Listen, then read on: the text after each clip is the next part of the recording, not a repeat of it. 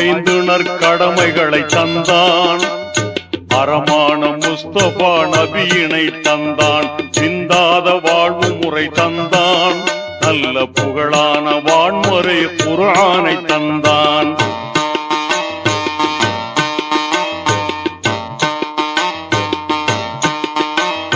சிந்தாத வாழ்வு முறை தந்தான். நல்ல புகழான வான்முறை குர்ஆனை தந்தான். எந்நாளும் பேணினால் நன்மை, எந்நாளும் பேணினால் நன்மை, இதை உணராமல் வாழ்ந்தாலே தீமை. அல்லாஹ்வின் கட்டளையை நாடு, அவன் அருளான வான் புகழை பாடு.